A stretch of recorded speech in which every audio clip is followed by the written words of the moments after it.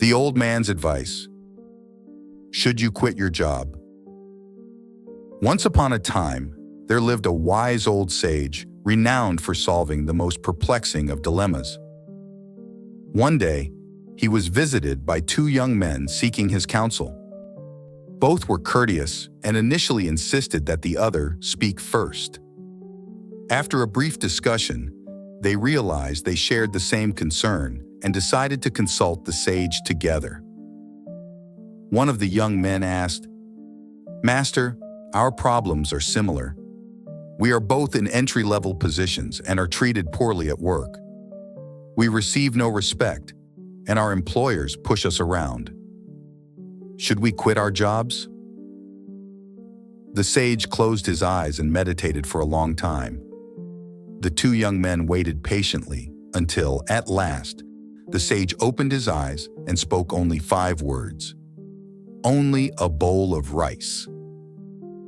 Thanking the sage, the young men left, pondering the cryptic advice as they walked back to the city. Eventually, one of them said, "That was interesting. What do you think the sage meant?" The other replied thoughtfully, "It seems clear that the bowl of rice symbolizes our daily sustenance." "Yes," agreed the first. "It appears he was telling us that the job is merely a means to an end, the daily sustenance we gain from it." They parted ways.